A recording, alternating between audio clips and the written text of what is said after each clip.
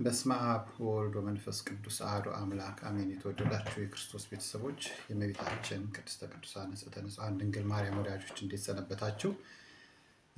ዛሬ በግሪክ የኢትዮጵያ ኦርቶዶክስ ተዋሕዶ ቤተክርስቲያን በተመለከተ የተለያዩ መረጃዎችን ከዚህ በፊት በተለይ በዚህ ሰሞን ስትሰሙ የነበራችሁ በግሪክ ያለው ነገር እስቲ ከሀ እስከ ፐ በሚል ብዙዎች እንደዛ እያደረጋችሁ ዝርዝር ነገሮች ስዕሉን ማየት አልቻልንም። በተለያዩ ዩቲዩበሮች ጫፍ እየተያዙ የሚነገሩ ነገሮች አሉ። አንዱ ወገን ይሄ ነው፣ አንደኛው ወገን ይሄ ነው የሚለው ግን ከቤተ ክርስቲያን ጥቅምና መፍትሄ አንጻር ምንድን ነው ያለው እይታ ያለው ስዕል ምንድን ነው? እዛው ሀገር እንደመሆነ ንገረን የሚል መረጃዎች ማለት ጥያቄዎች ከኢትዮጵያም ከተለያዩ የዓለም ክፍሎችም ከአሜሪካም ከአውሮፓም የላካችሁልኝ አላችሁ ከአውስትራሊያም ጭምር። ስለዚህ አንደኛ ነገር ያለውን ነባራዊ ሁኔታ፣ ሁለተኛ ነገር የኔ የተመለከትኩበት እና ያየሁበት እና መፍትሄዎቹንም በተመለከተ በተወሰነ ደረጃ ለመግለጽ እሞክራለሁ። ከዚህ በፊት ስለ ግሪክ ያለውን ሁኔታ በተመለከተ ወደ 3 እና 4 ቪዲዮዎች ይመስለኛል ለቅቄያለሁኝ። እዛ ላይ በተለይ በወቅቱ የነበሩትን ሁኔታዎች እነሱ የነበሩ ጥያቄዎችን በተመለከተ ለማንሳት ሞክሬያለሁ። አሁን ዛሬ የማነሳቸውም ከነሱ ትንሽ መነሻዎችን የማደርገው አንደኛ ከዚህ በፊት ያልገለጽኳቸውን እና ከሰሞኑ የቤተክርስቲያኒቱ ከራሞት አንጻር ምን ይመስላል በሚለው ጉዳይ ላይ ነው የማነሳላችሁ። በመጀመሪያ ደረጃ እኔ ስለ በግሪክ ለምትገኘው የኢትዮጵያ ኦርቶዶክስ ተዋሕዶ ቤተክርስቲያንን በተመለከተ የምናገረው ከምን መነሻ መሰረት ነው የሚለው ከሁለት ነጥቦች ነው። አንደኛ ከዚህ በፊት በሁለት ሀገሮች ተመሳሳይ የቤተክርስቲያን ጉዳዮች ችግር ላይ የደረሱ ነገሮች አይቻለሁኝ። የሰበካው ጉባኤም የአገልግሎት ክፍሎቹም ውስጥ ሆኜ ማለት ነው። በሁለተኛ ደረጃ በግሪክ የነበረውን ሁኔታ ከዛሬ 8-9 ዓመት በፊት በኢትዮጵያ ኦርቶዶክስ ተዋሕዶ ቤተክርስቲያን የሰንበት ትምህርት ቤቶች ማደራጃ መምሪያ ስር የአውሮፓ ማህበረ ቅዱሳን ማዕከል የገዳማት ክፍል አስተባባሪ ሆኜ በተለይ በስራ አስፈጻሚ ውስጥ ስለነበርኩኝ የግሪክን ጉዳዮች አንዳንድ አባቶችን ሪፖርት ሲያደርጉ አውቃለሁ እና ዝም ብዬ በደርሶ ደራሽ የማወራቸው ጉዳዮች አይደለም። ከዛ በተለየ በሁለተኛ ደረጃ ደግሞ በ2017 ዓመተ ምህረት ወደ ግሪክ መጥቼ ነበረ እንደ አውሮፓውያን አቆጣጠር ማለት ነው። እንደኛ አቆጣጠር ወደ 2011 ነው። ያን ጊዜ በኖርዌይ እኖር ስለነበረ በኖርዌይ ሳለሁ ከኖርዌይ አንድ ወንድማችን ለጋብቻ ወደ ግሪክ መጣ። እኔም ሚዜ ስለነበር ያን ጊዜ አሁን ባለችው ኪዳነ ምሕረት ቤተክርስቲያን ያሉት ሰንበት ትምህርት ቤቱ ተማሪዎችን አባትን ሌሎችንም ወገኖች የነበሩትን ሁኔዎች ሰዎች በደንብ በአካል ሆኜ ወደ 7 ቀን ቆይቻለሁኝ። ያኔም አብዛኛውን ጊዜ እኔ ከቤተክርስቲያኒቷ ችግሮችና መፍትሄዎች አንጻር የነበሩትን የተለያዩ አመለካከቶችን ስሰማ የቆየሁበት ጊዜ ነው። ከዛ በመቀጠል በ2015 ዓመተ ምህረት በእኛ አቆጣጠር እንግዲህ በአውሮፓውያን አቆጣጠር 2022 ነው የሚሆነው። ያን ጊዜ ወደ ግሪክ ለስራ መጣሁ። ከኖርዌይ ነው በስራ ተወዳድሬ የመጣሁት። ግሪክ ስራ ስጀምር በሁለት ማለት እንግዲህ በኪኖቲታ በሚለውና በግሪክ ማለት በአቴንስ ኪዳነ ምሕረት ቤተክርስቲያን መካከል ያሉ ጉዳዮችን በቀናነትና ማዕከላዊ በሆነ መልክ ለማየት ከየትኛውም ወገን ባለመሆን መፈታት አለበት። እኔም ደግሞ አጋጣሚ እድሉ ስለሰጠኝ ማለት ቀድሜ ኪዳነ ምሕረት ቤተክርስቲያን መዘምራንንም ካህናትንም አግኝቻለሁ። በዚህ በኩል ደግሞ ያሉትን በኪኖቲታ ራሱ ታደገንም ቀደም ብዬ አውቀዋለሁኝ። አውቀው ስለነበረ እሱም እድል ስለሆነ በሁለቱም መካከል እድል ማለት በሁለቱም በኩል ያሉትን ማወቅ እድሉ ስላገኘው ሊፈቱ የሚችሉት መንገዶች ላይ ነው መሄድ የሚገባው የሚል እምነት ይዤ ነው የመጣሁት። በዚህ መሰረት ከኪኖቲታ በኩል የነበሩት አሁን ሰሞኑን በቃለ ቃርነት ሚዲያ ላይ መግለጫ ሲሰጡ የነበሩት አባ ገብረ ኢየሱስን ወደ 2 ጊዜ አግኝቻቸዋለሁ። ቤታቸው ሄጄ ጠይቄያቸዋለሁ፣ አውርቻቸዋለሁ ማለት ነው። ከዛ በተለየ ከታደገ ጋር ዲያቆን ታደገ ከእሳቸው ጋር የነበረው ያለው በዛን ጊዜ እሱ ጋራም በቤተ ክርስቲያኑ ጉዳይ ላይ ብቻ ርዕስ አድርገን ወደ 2-3 ጊዜ ከተማ ተገናኝተን አውርተናል። በተለይ እኔ ዋና ማጠንጠኛ ያደረግኩት የኔም ያንተ ሚና መሆን የሚገባው ማዕከላዊነትን የያዘ መፍትሄ የሚሰጡ ጉዳዮች ላይ ነው እንጂ አንዱ ቡድን ላይ ገብቶ የአንደኛውን ማባባስ መሆን የለበትም በሚል በጣም ተነጋግረናል፣ ተከራክረናል ወደ 3 ጊዜ። ከዛ በመጨረሻም የመረጃ መዛባቱ ከፍተኛ መሆኑን ስለተረዳሁኝ ይህንን ጉዳይ በተለይ መረጃ መዛባቱ በአገር ቤት ባሉት ማህበራትም በወንድሞችም በአባቶችም በተለይ የግሪክ ጉዳይ የተሳለበት ስዕል እና መሬት ላይ ያሉት እውነታዎችና ችግሮች የተለዩ መሆናቸውን በሚገልጽ በዙም ውይይት እኔ ታደገ እና ወንድሞችም በተለይ እንግዲህ ያን ጊዜ በጀርመን ዩኒቨርሲቲ የነበረው አሁንም ምናልባት እዛም ሊሆን ይችላል እነ ዶክተር መርሻን ጨምሮ አሁንም በጀርመን የሚገኘው ቀሲስ ዶክተር ያበባልን ሌሎች ወንድሞች ከሀገር ቤትም በተለይ በማህበረ ቅዱሳን አመራር ላይ የነበሩትንም ሁሉ በዙም ገብተን እንዴት ነው እኔ የግሪክ ጉዳይ የለው ችግር የተያዘበት በጣም አደገኛ ነው፣ አያያዙም ትክክል አይደለም፣ ነገሮች እየተባባሱ ነው፣ ከጀርባ ያሉ ፍላጎቶችን ሁኔታን መጥራት ይገባዋል በሚል ከታደገ ጋር ቀረብን። ታደገ ያስቀረበው ሌላ አቀራረብ ነው፣ ግን ከዚህ በፊት በተለይ ለመገናኛ ብዙሃን የተሰጠው መረጃ ምን ያህል የተሳሳተ መሆኑን ለማቅረብ ሞክሬያለሁ። በዛን ጊዜም ያጎላቸው ፊት እሱ ከመምጣቱ በፊት የነበሩትን ግጭቶች እና እሱ በነበረ ጊዜ የነበሩ ግጭቶች ነው ያጎላቸው። እነዚህ ግጭቶች በይቅርታ የሚያልፉ ናቸው። ሰው ስሜት ውስጥ ሲገባ ይጋጫል። የሚናገረውን አያውቅም፣ የሚያደርገውን አያውቅም። ስለዚህ ይሄ ማለት የዓለም ፍጻሜ አይደለም። ይሄ የኔ ድምዳሜ ነው። ያን ጊዜ የነበሩ ሁኔታዎችን በስሜት የተነገሩ ነገሮችን ሁልጊዜ እያጎላንና እንደ አቡነ ዘበሰማያት እየደገምን የምንሄድ ከሆነ የቤተክርስቲያን ችግር አይፈታም። ግን ያንን የሚደጋገምበት ምክንያት በእውነት ይህንን ካለመረዳት ነው የሚለውን እንግዲህ መንፈስ ቅዱስ ይመርምረው። በኋላ በአንዳንድ ሁኔታዎች በምንሄድበት ግልጽ እየሆኑ ይመጣሉ ብዬ አስባለሁ። ለማንኛውም ግን በዚህ ደረጃ ተከራክረናል ከሱ ጋር በዙም ቀርበን ወንድሞች ባሉበት አባቶች ባሉበት የግሪክ ጉዳይ እንደዚህ ያሉ ጉዳዮች ናቸው። መሰረታዊ ነገር የሃይማኖት ሕጸጽ ጉዳይ አይደለም። የሃይማኖት ሕጸጽ ጉዳይ ቢሆን ከፍተኛ ችግር ይፈጥራል። ሰዎች በቀላሉ ሊፈቱት አይችሉም። የሃይማኖት ሕጸጽ ሳይሆን የስርዓት የአሰራር የደንብ ሕግና ስርዓትን የመከተል በወቅቱ መፈታት የሚገባቸው መፍትሄዎች አለመስጠት። በተለይ ይሄ ሲባል እዚህ ካለው አጥቢያ ብቻ አይደለም። ችግሩ ከኋላ ስለሆነ የሚጀምረው ማለት ቅራኔዎቹ የተጀመሩት የተያያዙት በተለይ ቀድሞ በነበረው ጊዜ ቤተ ክህነት ከ9-10 ዓመት በፊት የነበረበትን የቤተ ክህነት ተዳፋቶች ግሪክ ላይ ተንጸባርቀዋል። ይህንን አንዳንድ ወገኖች ተጠቅመውበታል። ስለዚህ የነኛ ሁሉ ድምር ስለሆነ ሁሉም ችግሮች እዚህ ምዕመኑ ላይ፣ ሁሉም ችግሮች እዚህ ካህናት ላይ፣ ሁሉም ችግሮች እዚሁ አካባቢ ላይ የተፈጠሩና የተወለዱና ያደጉ የጎለበቱ አይደሉም። ስራቸው ያለው አሁንም ከአስፈጻሚው አካል ከሀገረ ስብከቱ ከሀገረ ስብከት የማስፈጸም አቅም ማነስ፣ ቀደም ብሎ የነበረው የማስፈጸም አቅም ማነስ ነው። በኋላ ላይ ደግሞ አለማስፈጸምና ችለተኝነትና በሌላ ጎራ የመሄድ ነው የሚታየው። በሀገር ቤት ግን ከቤተ ክህነት የነበሩ ተዳፋቶች ነበሩ። በአሁኑ ጊዜ በአብዛኛው የተስተካከሉ ናቸው ብዬ አስባለሁ። በተለየ መንገድ ለምን የሚለውን ወደኋላ እንመጣበታለን። ስለዚህ በዚህ ሁኔታ ነው የቀረብኩት። አባ ገብረ ኢየሱስም ታደገንም በደንብ አግኝቻቸዋለሁ። በዚህ በኩልም ያሉት ወንድሞች እህቶችንም አባቶችንም አግኝቻቸዋለሁ። ስለዚህ እኔ ስቀርብ በነፃ ሕሊና ነው የቀረብኩት። በነፃ ሕሊና ማለት ምንም አይነት ቡድናዊ ስሜትም የለኝም። አሁንም ድረስ የተለየ ግንኙነትም ከሁሉም ጋር የለኝም። በደንብ ግን ሁኔታዎችን ተመልክቻቸዋለሁ። ስመለከት ቀደም ብዬ እንዳልኳችሁ በተለያዩ ሀገሮች ይሄ 3ኛ ሀገሬ ነው። በኡጋንዳ ካምፓላ፣ በኋላ በኖርዌይ በቤተክርስቲያን ዙሪያ ያሉት ችግሮችን ከማየት አንጻር የዚህ ደግሞ ምንድነው ስሩ የሚለውን ነው ላተኮርበት የፈለኩት። ስለዚህ በዛ አንጻር አይቻቸዋለሁኝ። በኋላ አባ ገብረ ኢየሱስ ጋር ምንም አይነት ችግር አልነበረም።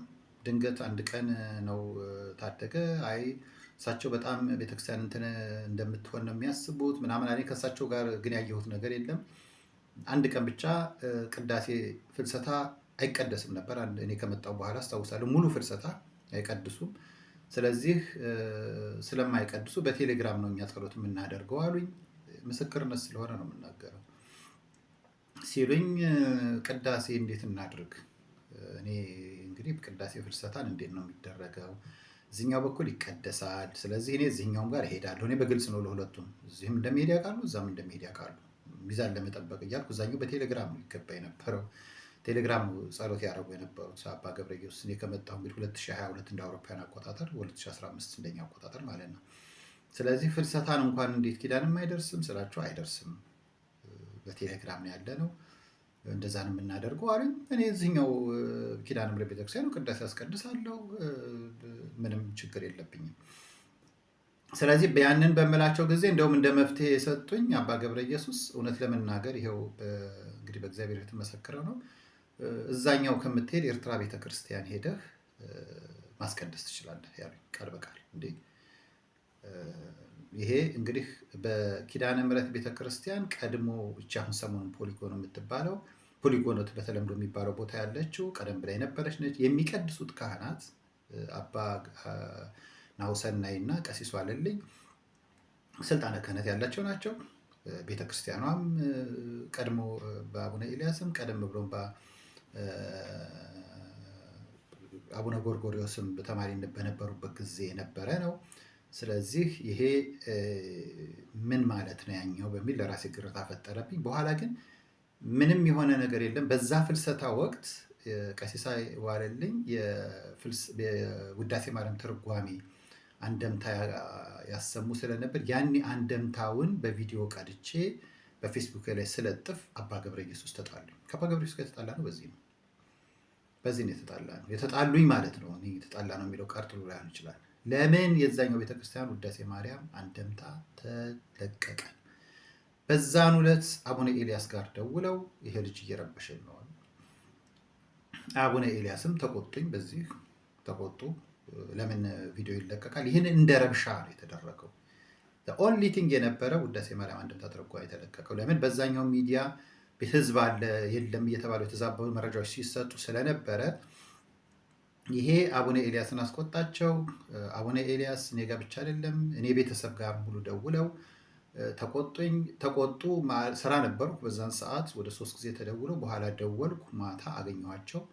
ከዛ በፊት ግን እዚህ ሀገር እንደመጣሁ በመጀመሪያ እና አባ ገብረ ኢየሱስም ሳገኝ እዚህ ያሉትም አባቶችን ወንድሞችና እህቶችንም ሳገኝ አቡነ ኤልያስን ስለ ግሪክ ቤተክርስቲያን ጉዳይ አዋይቻቸዋለሁ። ይህ ምስክርነት ስለሆነ ነው። እኔ ያን ጊዜም ያልኩት ከ1 ሰዓት በላይ ለ2-3 ጊዜ አውርተናል። ያን ጊዜም ያልኩት ነገር ምንድን ነው? ሊቃነ ጳጳሳት አባቶች መገናኘት ያለባቸው ከአባቶች ጋር ነው፣ ከምዕመናን ጋር አይደለም። ካህናቱ ጋር ነው መወያየት ያለባቸው። ያጠፉም ካሉ ካህናቱን እዛው መቅደስ ዘግታችሁ የምትቀጡትን ቅጧቸው፣ የሚስተካከል ካለ አስተካክሉ። ግን ከምዕመናን ወሬ አትስሙ ባክዎትን አባታችን። የአንዱ ችግር ምዕመናን የተለያየ ነገር ነው ያላቸው። ስለዚህ መረጃ ምንጮች መሆን ያለባቸው ምዕመናን ናቸው። ካህናትም ሲባል ደግሞ ካህናት ቀሳውስቱና መነኮሳቱ ነው። ምናልባት በዲያቆናት ደረጃም ላይሆን ይችላል። ስለዚህ ይህንን እባክዎ ያድርጉ የሚል ነው የኔ ግምት። የነበሩትም የችግሮቹ መፍትሄ የችግሮቹም ዳራዎች የነበሩትም የተረዳሁት በዛ ስለሆነ ማለት ነው። ያንን በማድረግም እንደው የማያውቋቸው እንኳን ቢኖሩ በሚል ቀሲስ ዋለልኝ የት እንደተማረ ሁሉ ያውቃሉ። አባ ኃይለ ሚካኤል ጋር የተማረ ነው። በተርጓሚውም በዚህ በዓለማዊም ትምህርት በማህበረ ቅዱሳንም አገልግሎት ያለ ነው። ቀሲስ ዋለልኝን ማግኘት እና መረዳት እንደሚችሉ ከና አባ ጋርም መነጋገር እንዳለባቸው ይህንን ማስፈላጊ መሆኑን ደጋግሜ ነግሬያቸዋለሁ። ለአቡነ ኤልያስ እንደ ልጅነት ነግሬያቸዋለሁ፣ መክሬያቸዋለሁ፣ እንዲህ ብያቸዋለሁ አይደለም፣ ግን እንደ ልጅነት ተናግሬያለሁ። ሁልጊዜ ምዕመናን ጋር አይደለም የመረጃ ምንጮች ያሉት፣ እኔም አይደለሁም የመረጃ ምንጭ መሆን ያለብኝ በሚል አንስተናል። በቤተ ክርስቲያኑ ጉዳይም ላይ አውርቻለሁ። የተሰማኝን ያደሁት ይሄ ነው። ፊት የነበረው ስዕል በጣም የዱርይነት እንትን እንዳለ ምናምን የሚል ስሜት እንዳይሰማሁት ውስጡ እኔ ያየሁት የተረዳሁት ውሎ ሰበካውም ያለው በዛም ያሉን ነገሮች እንደዛ አይደሉም ብዬ አቡነ ኤልያስ ጋር ወደ 2-3 ጊዜ አውርቻለሁ። ይሄንን እንግዲህ የተናገርኩት ነው። ከዛ በፊት እሳቸውም ይረዱታል ብዬ አስባለሁኝ። እንግዲህ የግሪክ ኦርቶዶክስ ተዋሕዶ ቤተክርስቲያንን አሁንም መነሻዎቹ ለመያዝ የሚገባን ነገር በተመለከተ እነኚህ በተለይ እንግዲህ ወደ ኋላ የነበረው በተለይ በአባ ወልደ ሚካኤል ሲመጡ የነበረው አባ ገብርኤል ሲመጡ ሁለቱንም የላኳቸው በቅዱስ ፓትርያርኩ ፊርማ ነው። በረከታቸው ይደርብንና ስለዚህ እነኛ አባቶች ሲመጡ ያመጣጣቸው ጉዳይ ላይ እንግዲህ ቤተ ክህነት የሄደበት ሂደት አለ። በኋላ አባ ወልደ ሚካኤልም ይመለሱ የሚለው ጉዳይ ሲመጣ እንዴት እንደመጣ ጉዳዩ ተጣርቷል እምላችሁ በምንድን ነው? እንግዲህ የቅዱስ ሲኖዶስ የግሪክ ጉዳይ ሲነሳ በተለይ ሬሰንትሊ ባለው ሁኔታ ላይ ሲነሳ አጣሪ ኮሚቴ ነው ያቋቋመው። ይህ አጣሪ ኮሚቴ ልንልቀው አይገባም። ዛሬ ታደገም ኪኖቲታም እንደው ዝም ብሎ እንደተመቸን የምንተወው ጉዳይ አይደለም። አጣሪ ኮሚቴው ከቤተ ክህነት ከሲኖዶስ መምህር ረዳት ፕሮፌሰር መምህር ዳንኤልን ሰይፈ ስላሴ ረዳት ፕሮፌሰር መምህር ዳንኤልን ከአገረ ስብከቱ እነ መልአከ አሚን ቀሲስ ለማን ከህግ ክፍል ከሀገረ ስብከቱ ህግ ክፍል እነ ቀሲስ ዶክተር አባተን ራሳቸው አቡነ ጴጥሮስም በእነኚህ ኮሚቴዎች ላይ እንዲሳተፉ ሰይሟል። ከሲኖዶሱም ከቤተ ክህነት ምርምር ክፍል ከአገረ ስብከትም ከፊንላንድ ከሚገኙት አባታችን መልአከ አሚን ቀሲስ ለማንም የህግ ክፍልም ከኖርዌይ እነኝህን ሁሉ አድርጎ አጣሪ ኮሚቴ አድርጎ አጣርቷል። ምንድነው ግሪክ ውስጥ ያለው የሚለውን ይህንን ነገር መነሻም መድረሻም የግሪክን ጉዳይ ደመደመው ይሄ ነው እኔ እስከሚገባኝ ድረስ። በኋላ ይሄን ኮሚቴ ቅዱስ ሲኖዶስ ከሰየመው በኋላ የሀገረ ስብከቱ ሊቀ ጳጳስ ማጽደቅ አለባቸው ተብሎ ሀገረ ስብከቱ ሊቀ ጳጳስ በረከታቸው ይደርብና ብፁዕ አቡነ ኤልያስ በደብዳቤ እነኝህን ሰዎች ሰይመዋል እንዲያጣሩ። የሰየሟቸውንም ግልባጭ ለአባ ወልደ ሚካኤልም ልከዋል። ይሄ እውነት ነው። ስለዚህ ይሄ ኮሚቴ ሲያጣራ ከመጀመሪያው ጀምሮ ምንድን ነው የተፈጠረው የሚለውን ወደሱ ዝርዝር አልገባም። ሪፖርቱን በተመለከተ ሪፖርቱን እዩት። ዝርዝር ሁኔታ ካነሳሱ ችግሮቹ ለምሳሌ የአባ ወልደ ሚካኤልን ክህነት መያዝ ላይ የደረሰበት ድምዳሜ በተወሰኑ 3 ሰዎች አማካይነት ብዙ ሕዝብ እንዳለ ተደርጎ ተፈርሞ ለቤተ ክህነት የተሳሳተ መረጃዎች እንደተሰጠ እዛ ሪፖርት ላይ ተጠቅሷል። ከመነሻው ማለት ነው። አሁን ሌሎቹን ጉዳዮች ላይ ወደ ስር እመጣባቸዋለሁ። ሪፖርቱ ሁለቱንም ወገኖች በኪኖቲታ በአቴንስ ኪዳነ ምሕረት ቤተክርስቲያን መካከል ያሉትን አባቶች ራሴም አንድ ወቅትም ራሱ በውይይቱ ላይ ተገኝቻለሁኝ።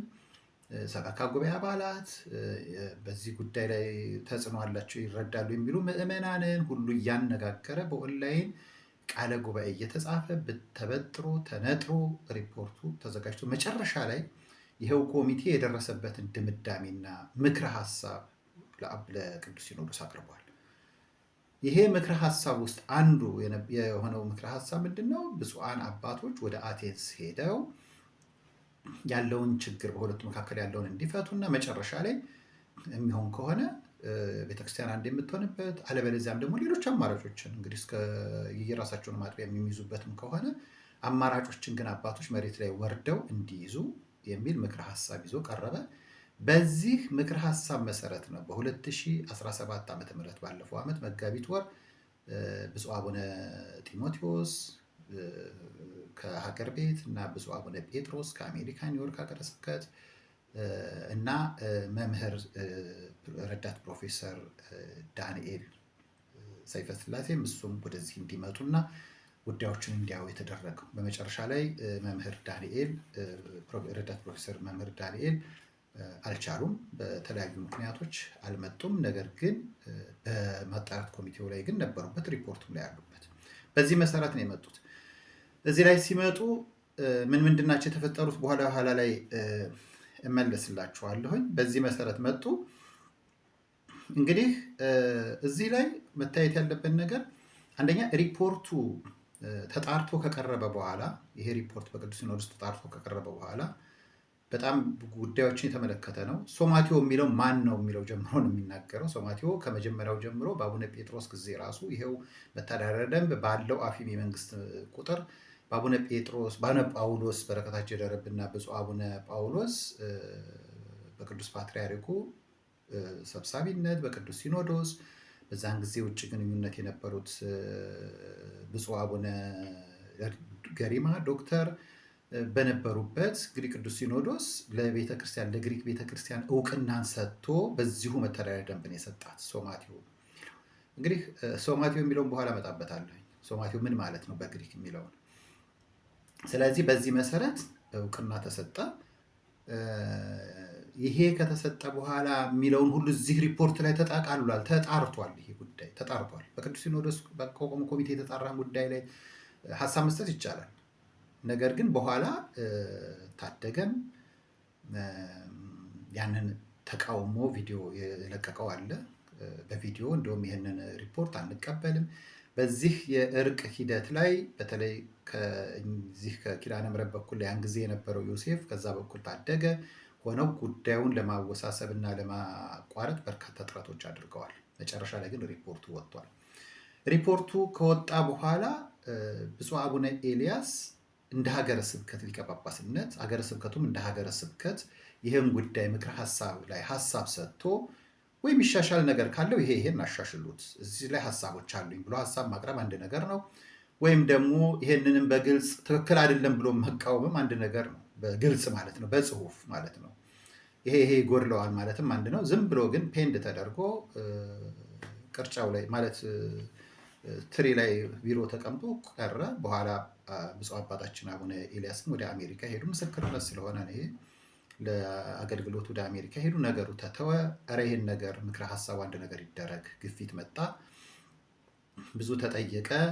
በኋላ ላይ እንደውም በዚሁ ምክረ ሀሳብ መሰረት ብለው አቡነ ጴጥሮስ ከአሜሪካ መንገድ ሊጀምሩ ሊመጡ መሆኑ ተነገረ። ይቅርታ ትኬትም ሁሉ ቡክ አድርገው ቆርጠው እንትን ካሉ በኋላ አቡነ ኤልያስ የሀገረ ስብከቱ ሳያውቀው ጉዞ ቀጥታ ከዛ ሊመጣ አይችልም በሚለው አለመግባባት ስለተፈጠረ አቡነ ጴጥሮስ ቀሩ። በኋላ ግን የዚሁ ኮሚቴ በተለይ በቅዱስ ሲኖዶስ ይህን ጉዳይ እንዲከታተሉ የተሰየሙት አቡነ ጢሞቴዎስም አገር ቤትም ያሉ አባቶች ጉዞ ወደ ግሪክ መደረግ አለበት በምክር ሀሳቡ መሰረት፣ ስለዚህ መደረግ ስላለበት ተብሎ ይህንኑ የሀገረ ስብከቱ እንዲተባበር ተጠየቀ። በተለይ እዚህ የኖርዲክና የግሪክ ሀገረ ስብከት ተጠየቀ። ሀገረ ስብከቱ ይህንን ጉዞ ማስተባበር አልቻለም። ለምን? አቡነ ኤልያስ አረንጓዴ መብራት አልሰጡትም፣ አልሄደም። ለቤተክርስቲያን ነው የምንመሰክረው እዚህ ጉዳይ ላይ ስላልተሰጠው አቡነ ጢሞቴዎስ ራሳቸው በጉዳዩን የቅዱስ ሲኖዶስን ጉዳይ ስለሆነ አገረ ስብከቱ በዚህ ጉዳይ ላይ ማገዝ ካልቻለ፣ በትራንስፖርትን በሌሎችም ማስተባበር ካልቻለ ራሳቸው ሁለቱንም ወገኖች ማነጋገር ጀመሩ። ከአቴንስ ኪዳነ ምሕረት ካሉ ወንድሞች፣ ከዛኛው ከኪነቱታም ያሉት ወንድሞች ዲያቆን ኢዮብን፣ በዚህኛው በኩል አቶ መንዱን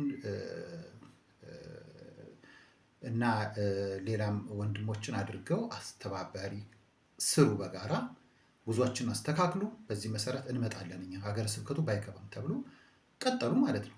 በዚህ መሰረት ነው በመጋቢት 2017 ዓ.ም የመጡት። እስከ መጨረሻው ድረስ ሀገረ ስብከቱ ይህንን ማስተባበር አልቻለም። ለምን? አቡነ ኤልያስ አረንጓዴ መብራት አልሰጡትም በጉዳዩ ላይ። በዚህ መካከል ላይ ያለ እንግዲህ በዚህ በኪዳነ ምሕረት በኩል አቶ ስዩም አመንዱ ለሰበካው አቀረቡ። ይህን ጉዞ እኛ ማውጣት የሚገባንን ትራንስፖርቶቻቸውን፣ በኪኖቲታ በኩል ደግሞ እንደዚሁ ኢዮብና ሌላ ሂሳብ ክፍል ላይ ያለች ፍሬዎት ይመስለኛል፣ ከተሳሳትኩ ይቅርታ አርሙኝ።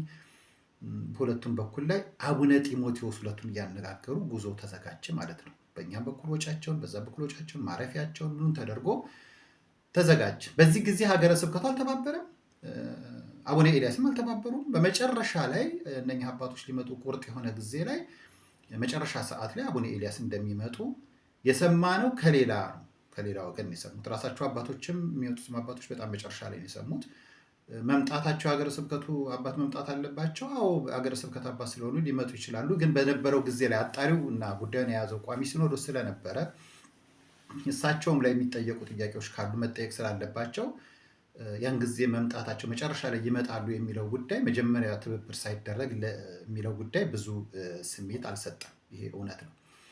በዚህ መሰረት አባቶች መጡ። አባቶች ሲመጡ በሚቀጥለው ቀን ሰኞ ቀን ይመስለኛል አገረ ስብከቱም የሚያውቀው ነገር የለም። አቡነ ኤልያስ ወደ ግሪክ ሲመጡ የአገረ ስብከቱ አባቶች በሙሉ አልተነገራቸውም።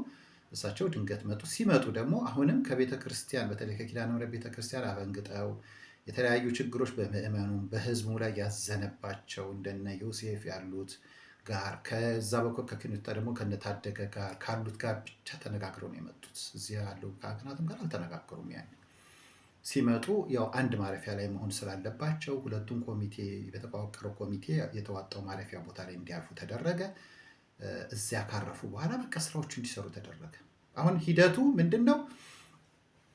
ሁለቱንም የማነጋገር ሂደት ላይ እየሄዱ እያለ በኋላ ላይ አቡነ ኤልያስ ሶስተኛ ወገን አለ የሚል ወገን ጨመሩ። እዚህ አቴንስ ውስጥ ሶስተኛ ወገን የሚባል በጉዳዩ ላይ የሚከራከር አልነበረም።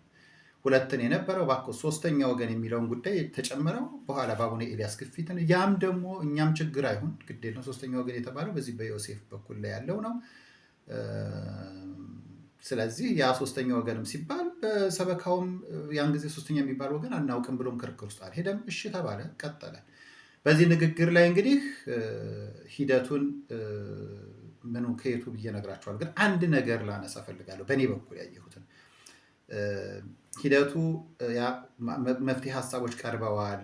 ቤተክርስቲያኗ እንዴት ትሆን የሚለውን በደንብ መርምረዋል። አቡነ ጴጥሮስም መጥተዋል። ያን ጊዜ እንግዲህ ብፁዕ አቡነ ጴጥሮስ ብፁዕ አቡነ ጢሞቴዎስም መጥተዋል። በኋላ አቡነ ኤልያስ በዛ ባልኳችሁ መንገድ ላይ ተገኝተዋል። ይሄ ሂደት እየሄደ እያለ እኔ በግሌ የተረዳሁት ነገር እዛ ኮሚቴውም ስብሰባም ላይ ተገኝቼ 3 ጊዜ ደጋግሜ የተናገርኩት ነገር አንድ ነገር ብቻ ነው። ሀሳቦች የመፍትሄ ሀሳቦች ያቀረቡ መፍትሄ ሀሳቦቹ ጥሩ ናቸው። ሁሉ መፍትሄ ሀሳቦች ምንም የሚያጣላ ነገር የለው መፍትሄ ሀሳብ ላይ። ነገር ግን የመጀመሪያ እጄን አወጣው ምስክርነት ስለሆነ ነው የምናገረው። እኔ ለጉራ ወይ ራሴን እንትን ለማድረግ አይደለም። ተነስቼ ብፁዕ አቡነ ጴጥሮስም ምስክር አሉ፣ ብፁዕ አቡነ ጢሞቴዎስም ምስክር አሉ፣ ራሳቸው አቡነ ኤልያስም ምስክር አሉ። የመጀመሪያው ጥያቄ መፍትሄ ሀሳቡ ጥሩ ነው። አፈጻጸሙ ላይ ግን የሀገረ ስብከቱ አባቶች መግባት ይገባቸዋል። የሀገረ ስብከቱ አባቶች ስራ ይሰጣቸው። ብዙ አባቶች አሉ ቤተክርስቲያኒቱ። በዴንማርክ እንደ አባ ዘሚካኤል በጣም በቤተክርስቲያን ልምድ ያላቸው፣ በመካም አገልግሎት ያላቸው፣ መላካ አሚን ቀሲስ ለማ፣ ሌሎችም በስዊድንም በኖርዌይም ያሉ አባቶች ስላሉ፣ በሀገረ ስብከቱ የተለያዩ የአገልግሎት ክፍሎች ውስጥ ያሉ አባቶች ስላሉ እነኚህ አባቶች ጋር ይህ አፈጻጸሙን ዝርዝር የድርጊት መርሃ ግብር አውጥተው እነሱ እንዲከታተሉት ይደረግ እንጂ አቡነ ኤልያስ እዛውም ላይ ተናግሬያለሁ፣ ሲመጡ እንኳን ለሀገረ ስብከቱ አልተናገሩም። ስለዚህ ይሄ ትክክል አይደለም፣ ለቤተክርስቲያን አይጠቅማትም፣ የመስተካከል አለበት የሚል ነው ያቀረብኩት። ራሴ ስለ እናቴ መናገር ስለሌላው ከምናገረው ይልቅ የሆነውን መናገር ስላለብኝ እንዳልኳችሁ ይሄ ለቡራ ሳይሆን የቤተክርስቲያን እውነት ስለሆነ ይሄን ከተናገርኩ በኋላ እሺ ጥሩ ሀሳብ ነው ተባለ፣ ቆም። ሁለተኛም እድል ተሰጠ በዚሁ ጉዳይ በመፍትሄ ጉዳዮች ሲባል አሁንም እጄን አወጣሁ። ተመልሼም ይሄን ተናገርኩ። አቡነ ጴጥሮስ ተቆጡ። እንደ ቅድም ተናግረህ የለ እንዲ አሁን ስንቴ ነው የምትናገረው አሉ። እኔም መድመቅ ስላለበት ነው። ሶስተኛም ላይ እድል ሲሰጥ አሁንም ያነሳሁት ሀገረ ስብከቱ እንደ ተቋም ይስራ። ሀገረ ስብከቱ ይህንን መፍትሄ ጉዳዮች ይውሰድ። በግለሰብ ጉዳይ አይደለም፣ የግለሰብ ጉዳዮች አይደሉም። ስለዚህ እነኛ አባቶች ወደ ግሪክ እየመጡ ይህን ጉዳይ አፈጻጸሙ ላይ ይስሩ። ቤተክርስቲያን በመዋቅሯ ትስራ። አባታችን ብቻቸውን ይህን ጉዳይ አይችሉትም። ካላቸው ጊዜ አይችሉትም ማለት እውቀት የላቸውም፣ ግንዛቤ የላቸውም፣ አቅም የላቸውም አይደለም፣ ግን የተሻለ መንገድ ሊሰራ ስለሚችል በሚል ነው የቀረበው። ሶስተኛም ስናገር እውነት ነው ለመናገር አቡነ ጴጥሮስ ተናደዱ። እንዴ ቅድም ተናግረህ አሁን መልሰህ አሉ። እኔ ግን ደጋግሜ ያልኩት ይሄንን ነው። አሁንም የምናገረው ይሄንን ነው። ቤተክርስቲያኗ እንደ መዋቅርና እንደ አቅም እንዳትሰራ የተደረገችው መጠየቅ ይቻላል። የሀገረ ስብከት አባቶች በምንድን ነው እየተሳተፉ ያሉት? ይነገራቸዋል። ስብሰባ በጋራ ተወስዶ እዛ ላይ ሀሳቦች የሚሰጡት ምክረ ሀሳቦች ተቀባይነት አላቸው ነው ወይስ በግል ነው የሚሰራው? ምንድን ነው የሚደረገው? ተግባር ውስጥ ምንድን ነው እየተሰራ ያለው የሚለው ነው ትልቁ ነጥብ እንጂ የማይፈታ ከቤተክርስቲያን አቅም ሆኖ አይደለም። ግን ይሄ ማድረግ ስላልቻለ መስራት እና ማሰራት ስላልተቻለ ይሄ ነው ትልቁ መፍትሄ የሚለው ደጋግሜ አንስቼዋለሁ። ይሄ እንደው እንደ አንድ ነጥብ መያዝ ስለምፈልግ ነው። ከዛ በተጨማሪ ነገሮቹ እንዴት ተወሳሰቡ? መፍትሄ ከሰጡ አባቶች ለምንድን ነው እንደገና የተወሳሰበው ለሚለው ሁለት ነገሮች ናቸው። አንደኛ በመጨረሻ ላይ አቡነ ጢሞቴዎስ የሚሄዱበት ጊዜ ደረሰ። አገልግሎት ነበራቸው በሀገረ ስብከቱ። በኋላ አቡነ ጢሞቴዎስ ቀደም ብለው ሳይሆን በተባለላቸው በተያዘላቸው ጊዜ ሄዱ። ግን አቡነ ጴጥሮስ 1 ቀን 2 ቀን ቆይተዋል። ትኬታቸው እንደገና ተራዝሞ ነው የቆዩት። በዚህ መካከል ላይ በሆነበት ጊዜ ላይ አቡነ ይሄ ቃለ ጉባኤ የነበረው ራሱ አንዱ ታደገ ነው። እዛ ላይ የቀረቡት ኮሚቴዎችንና የቃለ ጉባኤ ማዛባት ስራ ተሰርቷል። አንድ ሁለተኛ ቀደም ብሎ ሁሉም ተስማምተው ኮሚቴ ተብለው ያልተሰየሙትን በአቡነ ኤልያስ እውቅና የተሰጣቸው በቤተ ክርስቲያኒቱም በአቴንስም በቤተ ክርስቲያን ውስጥ ከፍተኛ ጥፋት የጠፉትን እነ ዮሴፍን እነ እንዳልክን እነኝህን ጨማመሩ ብለው ኮሚቴ ብለው እነኝህ ናቸው አሁን የዚህ አስፈጻሚ ኮሚቴ እንትን ናቸው ምናምን በሚል አቡነ ኤልያስ በራሳቸው ሄዱበት። ይህንንም አሳስተው አባቶችን ያስፈረሟቸው አለ። እሱ መረጃው አለ። ያ ሲቀርብ እንደውም ኮሚቴው ውስጥ የነበሩት እነ ቀሲሱ አለልኝም እነ ስዩምም አቶ መንዱም ይህን ጉዳይ በዚህ አይነት አካሄድ ሊሄድ አይችልም ብለው ከኮሚቴውም ራሳቸውን አግልለዋል፣ በኦፊሴል አግልለዋል። ስለዚህ የተሰራው ምንድን ነው? እነኛ አጥፊዎቹ ሶስተኛ ወገን ብለው የፈጠሯቸው አቡነ ኤልያስ እዛ ውስጥ እንዲገቡ አደረጓቸው። አሁንም አንዳንዴ የሲኖዶስ አስፈጻሚ ኮሚቴ ሲኖዶስ የሚያውቀው ነገር የለም ስለዚህ ጉዳይ፣ ቅዱስ ሲኖዶስ ይቅርታ የሚያውቀው ነገር የለም። አስፈጻሚ ኮሚቴ ናችሁ የሚል አንዳንድ ወረቀቶች እዛው በሀገረ ስብከቱ ሰጣቸው። ይሄ ስህተት ነው የተፈጠረው። ህዝቡ ችግር የሚፈታ እንኳን ቢሆን ከማንም ወገን ከማንም እኔንም አይጨምር ሌላም አይጨምር የሆነ ገለልተኛ የሆኑ ሰዎች ተፈጥረው አምኖባቸው ከካህናትም ሆነው ያንን ጉዳይ እንዲሰሩ ማድረግ። ይህን ደግሞ በሂደት በሀገረ ስብከቱ አባቶች ቀጠሮ ተሰጥቶ የድርጊት መርሃ ግብር ወጥቶለት በዛ መሰረት መፈጸም የሚገባው ዝም ብሎ እዛ ላይ ሾመዋቸው ከመሄዳቸው በፊት አርጊያቸዋለሁ እንደዚህ ናችሁ ምናምን ተብለው ሄዱ። እነኚህ ከዛ በጠበጡት ከተማውን ማለት ነው። በቃ የሲኖዶሱ ውሳኔ ወደኛ ነው ምናምን ይህ ተራ ጉዳይ ውስጥ ነው የተገባው። ከዛ አባቶች አቡነ ጴጥሮስም ተመለሱ። ይህም ሲሆን ደግሞ በዚህ መሀል ላይ ምን ተደረገ? እንግዲህ ቅዱስ ሲኖዶስ ያንን ወስዶ ወደ ቅዱስ ማለት ኮሚቴው እና አቡነ ጢሞቴዎስም አቡነ ጴጥሮስም ያንን ያዩትን እይታ ደግሞ ለቅዱስ ሲኖዶስ አቅርበው ውሳኔ ይጠይቃል። በዛ መሰረት ቅዱስ ሲኖዶስ የወሰነው በቀረበለት ሪፖርት መሰረት ሊቀ ስልጣናት አባ ኪሮስ ጸጋዬን ወደ ግሪክ ለአስተዳዳሪነት መደበ። ይሄን በሚያደርግበት ጊዜ አቡነ ኤልያስ ያ የቅዱስ ሲኖዶስ ውሳኔ ሳይጠብቁ ከዚህ በፊት ከ10 ዓመት በፊት በቤተ ክርስቲያን ውስጥ ከፍተኛ ችግር ተፈጥሮ በነበረበት ጊዜ 10 ዓመት ያህል ትተዋት ሄደው ብዙ ነገሮች ማውራት አሁን እዚህ ላይ አልገባም። ቀሲስ አየለን የቤተ ክርስቲያን ጊዜያዊ አስተዳዳሪ ናቸው በሚል ለሃይማኖት ሚኒስቴር አስገቡ ደብዳቤ።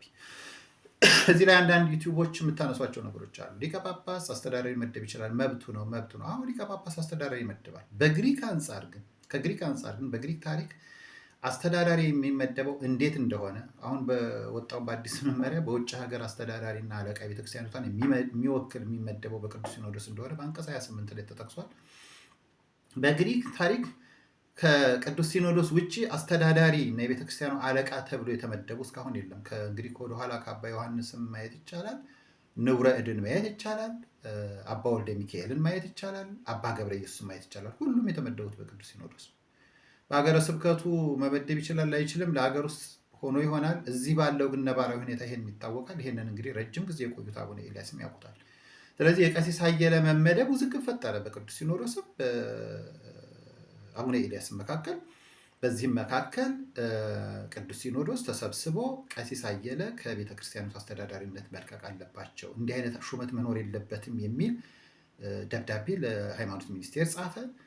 በኋላም የማጠናከሪያ ደብዳቤም ጻፉ አቡነ ኤልያስ ለቀሲስ አየለን በዚህ በሃይማኖት ሚኒስቴር የሚገባ። አሁንም በቅዱስ ፓትርያርኩ በረከታቸው ይደርብና በብፁዕ አቡነ ማትያስ አሁንም የቤተ ክርስቲያን አስተዳዳሪ የሚመደበው በቅዱስ ሲኖዶስ ስለሆነ ቀሲስ አየለን በቤተ ክርስቲያን ከፍተኛ ብጥብጥ ላይ እየደረጉ ስለሆነ ቦታውም እየተበጠበጠ ስለሆነ የሆነም የማስተዳደሪያ ጉዳይ ውስጥ እንዳይገቡ በድጋሚ እናሳስባለን የሚል ለአቡነ ኤልያስ ደብዳቤ ተጻፈ። ይህ በቅርብ የተጻፈ ነው። በዚህ መሰረት ነው እንግዲህ ነገሮች የተባባሱት።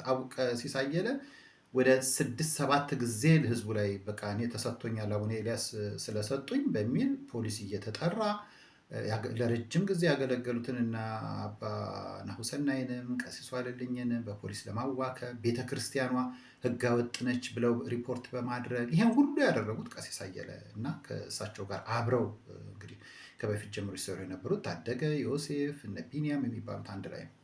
ስለዚህ ይሄ ጉዳይ ሃይማኖት ሚኒስቴር ላይ ውዝግብ ፈጥሯል።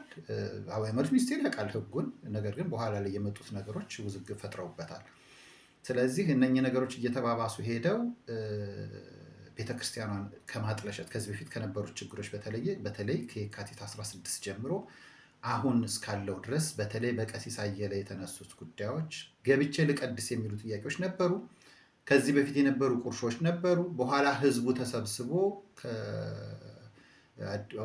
ማለት የአብይ ጾም በገባ ሳምንት ላይ ተሰብስቦ እሺ ቀሲስ አየለ ገብተው ይቀድሱ፣ እሱ ከሆነ ጥያቄያቸው ይግቡና ይቀድሱ ብሎ በጠበቃ ባለበት ሁሉ ይግቡና ይቀድሱ፣ ችግር የለም እኛ ለቤተክርስቲያን ሰላም ሲባል ተብለው ከዛ በኋላ አይ እኔ ብቻዬን እፈራለሁ መቅደስ ውስጥ መግባት አሁን አልፈልግም፣ አልችልም፣ የሆነ ሰው አብሮ የሚጠብቀኝ ከሌለ በሚል ነገሩን አፍርሰውት መልሰው እንደገና ግቡ ተብለው ጠዋትን ቤተክርስቲያን ተከፍቶላቸው እያለ እዛው ላይ በራሳቸው ስልክ እየደወሉ ፖሊስ እየጠሩ ቤተክርስቲያኑ ታወከ፣ ታመሰ። የሁሉ የጸቦቹ ነገሮች ማለት ነው። ስለዚህ እንግዲህ ከዚህ አንጻር የማን ሚና ምን ላይ ያለ የሚለውን ራሳችሁ መረዳት ትችላላችሁ። የፖሊጎኖን ነጥቦችን ነው ማለሳቸው። የፖሊጎኖ በተለምዶ ፖሊጎኖ የምትባለው ቦታ ላይ የቤተክርስቲያን ማለት የአቴንስ ኪዳነ ምሕረት ቤተክርስቲያንን ውል በተመለከተ ሰሞኑን ተሰረዘ፣ ታሸገ የሚባለው በተመለከተ ነጥቡ ባጭሩ እንደዚህ ነው። በ2016 ዓ.ም አባ ወልደ ሚካኤል በስጦታ እንዲገኝ ተደርጓል። ቤተክርስቲያኑ ይኸውን ተዘጋ የተባለው በስጦታ ከተገኘ በኋላ አባ ገብረ ኢየሱስ ሲመጡ በዛ በቁርሾ መካከል ላይ በስጦታ የተገኘውን ውል ካልሰጣችሁም ብለው ጠየቋቸው። ግሪኮቹ ያሉት በነፃ የሰጠናችሁን ለምን ውል ትፈልጋላችሁ? ውል ለምን ያስፈልጋል ሲሏቸው አስጨንቀው ውል ካልሰጣችሁን ውሉን በተወሰነ ዓመት እንዲደረግ ካልተደረገ ብለው ውል ውስጥ ገብተው አሁን ያ ውል ኤክስፓየር አደረገ፣ ውሉ ተቃጠለ፣ ባለመታደሱ ነው የሚሉት እነታደገ በስጦታ የተሰጠንን ነው ያ ውሉ አደሰ የሚሉት። ይህንን ነጥብ ያዙ፣ እውነትና እውነት ስለሆነ ማለት ነው።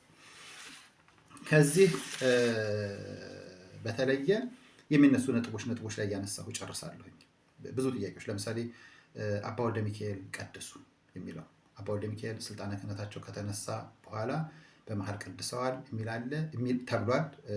ይህንን ጉዳይ በተመለከተ ያለኝን አጭር እይታ ገልጬ እሄዳለሁ። ብዙ ጊዜ ዋናውን ጉዳይ ለማየት ተትቶ ያለቀው ጉዳይ ላይ ነው የሚወራው። አባ ወልደ ሚካኤል ስልጣነ ክህነት ተመልሷል። በቅዱስ ፓትርያርካቸው በረከታቸው ይድረሰና በጽሑፍ ቅዱስ ፓትርያርካችን አቡነ ማትያስ ስልጣነ ክህነታቸው ተመልሷል። ከመመለሱ በፊት ላይ ቀድሰዋል የሚለው ግን ጥያቄዎች ሁለት ነገሮች አሉ። አንደኛ ቅዳሴ መቀደስ ማለት ስልጣነ ክህነት ከተያዘ በኋላ ተገቢ አይደለም፣ ትክክል ነው፣ ምንም ጥያቄ የሚገባ አይደለም። ማንም እኮ ውስጥ ጥያቄ አይገባበትም። እነኝህም ሲደረጉ ለምን ሰይፍ ይዛችሁ አልመጣችሁም፣ ለምን አልተዋጋችሁም፣ ምን አላላችሁም፣ እሱ ከአባቶች ጋር የሚነገር ንግግር ነው። መያዝ ያለበት ግን አባ ወልደ ሚካኤል 9 ዓመቱን አልቀድሱም። ምናልባት ከነዛ ውስጥ በ9 ዓመት ውስጥ 2-3 ቀናት ውስጥ ቀድሰዋል ወይ እሱ ሊባል ይችላል። ትክክል ነው ወይ? ትክክል አይደለም። ችግሩ ግን ምንጮቹ የሚታዩት ከሁለት አንጻር ነው ብዬ ነው የማስበው። አንደኛ ክብረ ክህነት በቤተ ክርስቲያናችን ላለፉት 30 ዓመታት እጅግ በሚያሳዝን ሁኔታ ነው እየተዋረደ የቆየው። ክብረ ክህነት ራሱ ከዚህ ከአባቶች ከብፁዓን አባቶች መወጋገዝ ጀምሮ በኋላ ላይ ከተፈጠሩት ሂደቶች አንጻር ክብረ ክህነት በተለያዩ ቦታዎች እኮ ይህ ችግሮች አሉ። ችግሮች የሉም ማለት አይደለም፣ ትክክል ነው ብያልኩ አይደለም።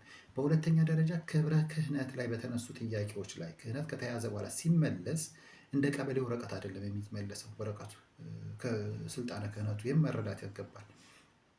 የቅዱስ ፓትርያርኩም ሲመልሱ በውስጥ በአፋ ባወቀ እነሱ ባወቁ ካህናቱ መሰጠት የሚገባውን እኮ ቀኖናም ሊሆን ይችላል፣ እርስ በርሳቸው የሚነጋገሩት ይችላል። እኔ አላውቅም፣ እዛ ጉዳይ ለመግባት አልችልም።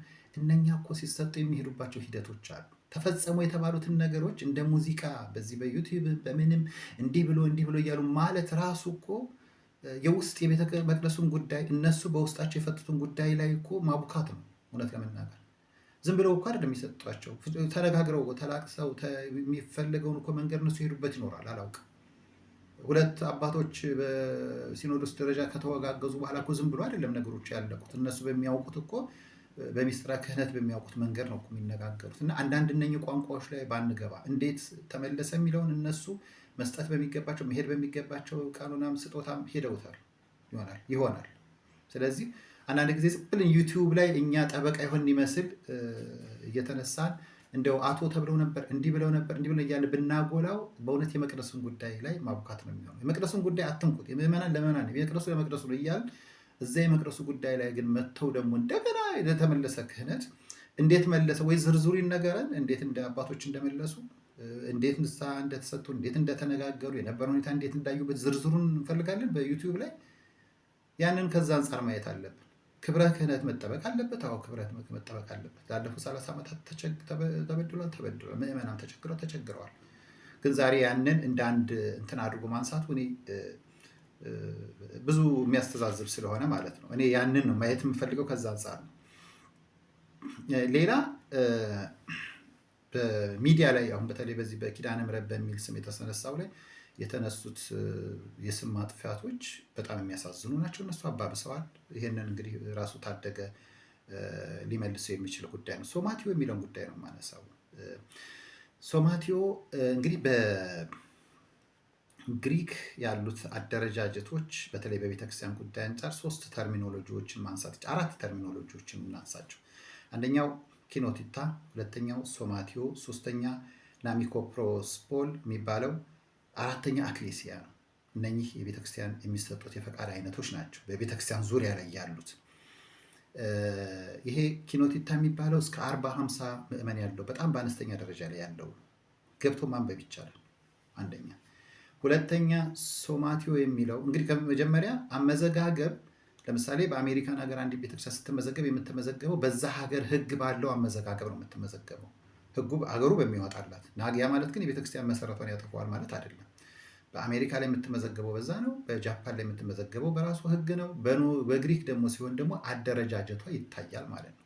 በግሪክም ያለችው የኢትዮጵያ ኦርቶዶክስ ተዋሕዶ ቤተክርስቲያን በየትኛውም አመዘጋገብ መንግስት ቢሮ ላይ ትመዝገብ እንጂ ሚስጥራተ ቤተክርስቲያን ወይም መንፈስ ቅዱስ አይወርድላትም ሳይሆን አይወርድላትም ማለት ይቻላል። ጥምቀቱ የሚጠመቁት ካህናት ስልጣነ ክህነት ካላቸው አሁን ባሉትም አባቶች የሚፈጸመው ስርዓተ ቤተክርስቲያን የጠበቀ እስከሆነ ድረስ የተመዘገበችበት ምዝገባ መንፈስ ቅዱስ እንዳይወርድ ያደርገው። ስርዓት መጠበቅ አለበት። አዎ አመዘጋገብ መስተካከል አለበት። አዎ ግን ይሄ መሰረታዊ ነገር ነው። ቤተክርስቲያኗን የሚነካ ጉዳይ አይደለም። አስተዳደር ጉዳዩን መዘጋገብ ማስተካከል አስፈላጊ ነው። ከዛ በተጨማሪ እንግዲህ ሶማቴዎ የሚለው ራሱ ቃሉ ሶማ የሚለው አካል ሰው ማለት ነው። አካል ሰው ማለት ነው። ሶማ ቲዮ ማለት እግዚአብሔር ማለት ነው። ሶማቴዎ ማህበር ነው፣ አሶሲሽን ነው፣ እንደዚህ ነው የሚለው ሳይሆን ሰው ያለበት አካል ያለበት የሚንቀሳቀስ አካል ያለበት የእግዚአብሔር ስብስብ ማለት ነው። ሶማቴዎ ማለት ቲዮስ ማለት በግሪክኛ እግዚአብሔር ማለት ነው። ሶማቴዎስ የሚለውን እነሱ ሶማቴዎ አደረጃጀት ብለው ያመጡት እና በዛ ለተደራጁት ፈቃድ ይሰጣል ብለው ያሉት ዝም ብሎ አይደለም በግሪክ እና ይህንን መረዳት ያስፈልጋል። በዚህ መሰረትም በ2017 ዓ.ም ቤተክርስቲያኗ በሶማቴዎ ፈቃድ አግኝታለች። ቤተክርስቲያን ፈቃድ አግኝታለች። በኋላ ግን በ2021 ዓ.ም አባ ገብረ ኢየሱስ ከቤተ ክህነት ባገኙት ከፍተኛ ድጋፍ አማካኝነት እዚህ ያለውን አገልግሎቷ ላይ በተለይ ፈቃዷ ላይ እክል ገጥሞታል። ይሄ እውነታው ይሄ ነው። በሶስተኛ ደረጃ ላይ እንደውም በዛን ጊዜ የነበረው ይሄ ኖሚኮፕሮሶፖል የሚባለው ደረጃ ሁሉ ደርሳ ነበረ። በአባ ወልደ ሚካኤል የተመዘገበው በ2017 ዓ.ም ወደዛ ደረጃ ላይ ከደረሰች በኋላ ነው ተመልሶ የሶማቴዎ የመጣው ማለት ነው። ይህንን መረዳት ያስፈልጋል። ነጥቦቹን ለማንሳት ነው። አክሌሲያ የሚለው ደግሞ አራተኛው ደረጃ ነው። አክሌሲያ ለግብፅም ለአርመንም ለኢትዮጵያም አይሰጥም፣ ለግሪክ ቤተክርስቲያን ብቻ የሚሰጡት ነው። ስለዚህ ሶማቴዎ የሚለው አደረጃጀት ነው፣ አመዘጋገብ ነው። ግን በሶማቴዎ የቆረበ የለም። ሶማቴዎ ከሌለ ዓለም ይጠፋል ግን የሚል የለም።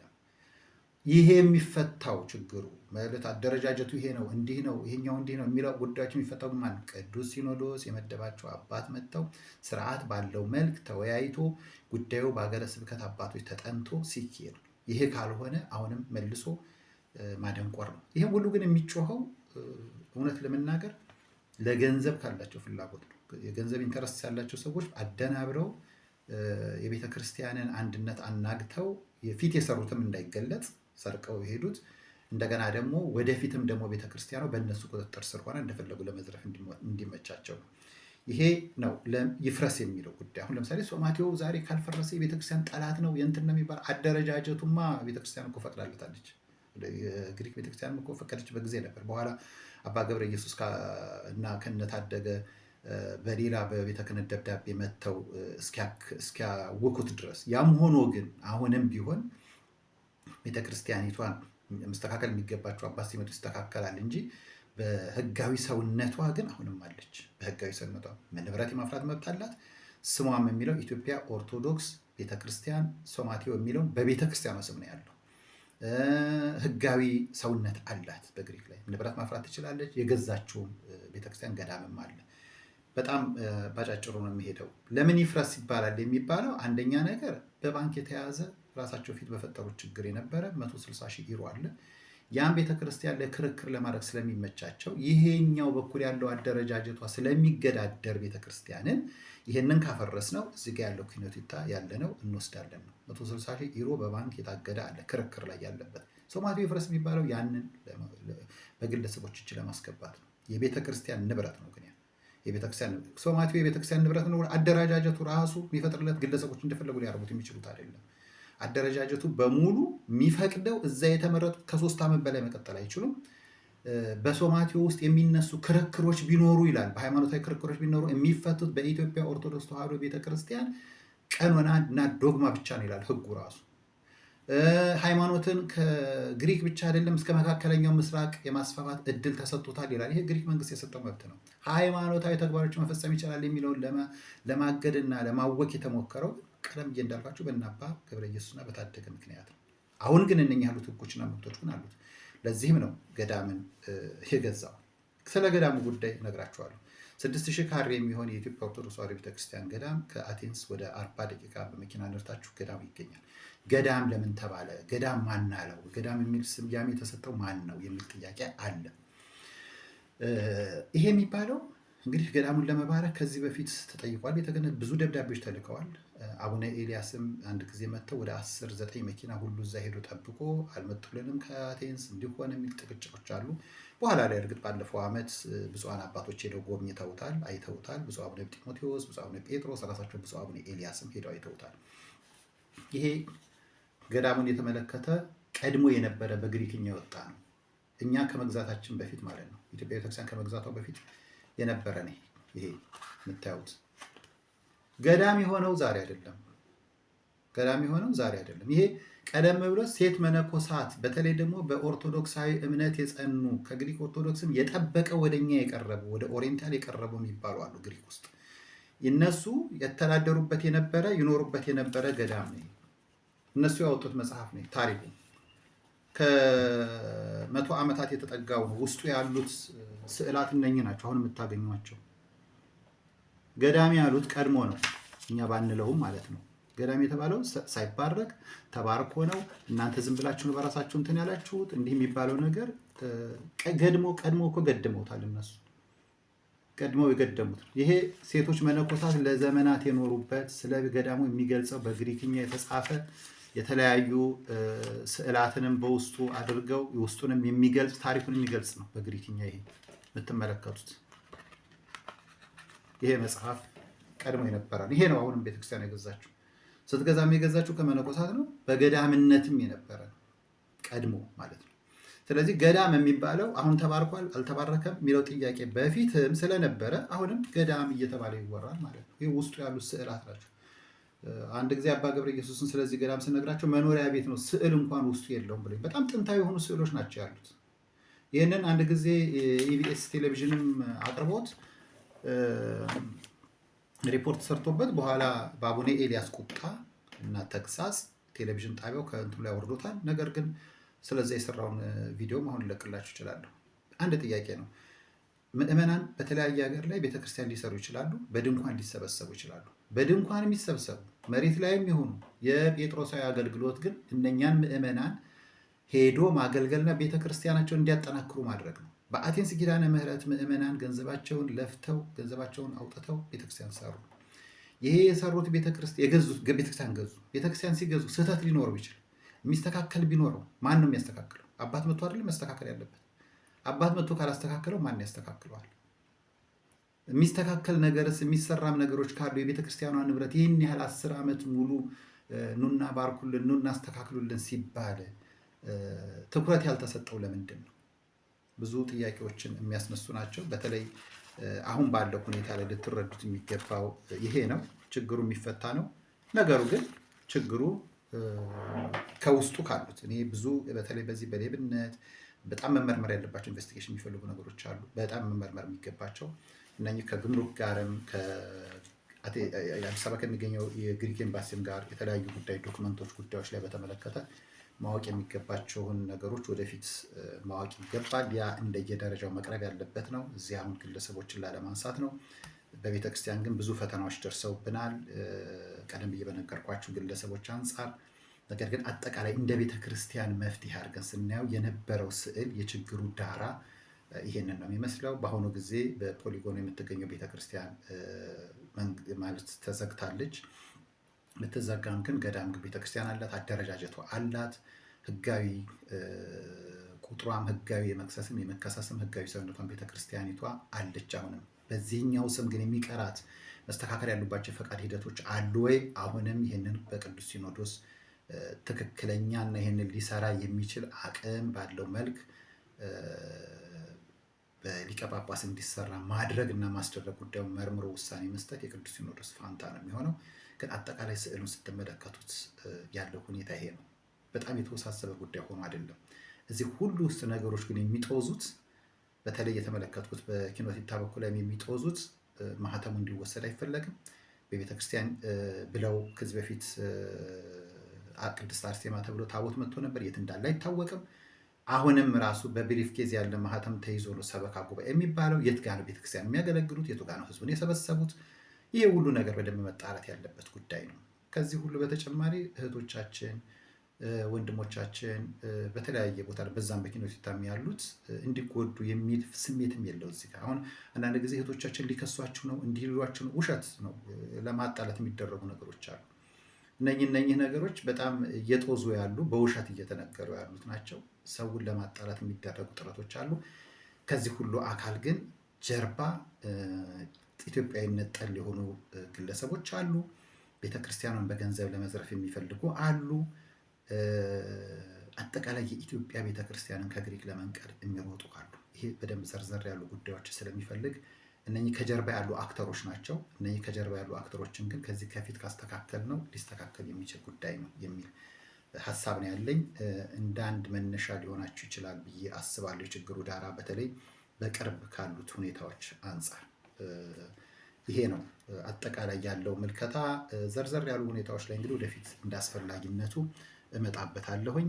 አሁን ግን ለዛሬ ግን ስለ ግሪክ የምትገኘው የኢትዮጵያ ኦርቶዶክስ ተዋሕዶ ቤተክርስቲያን በተመለከተ የምላችሁ ነገሮች እነኚህ ናቸው።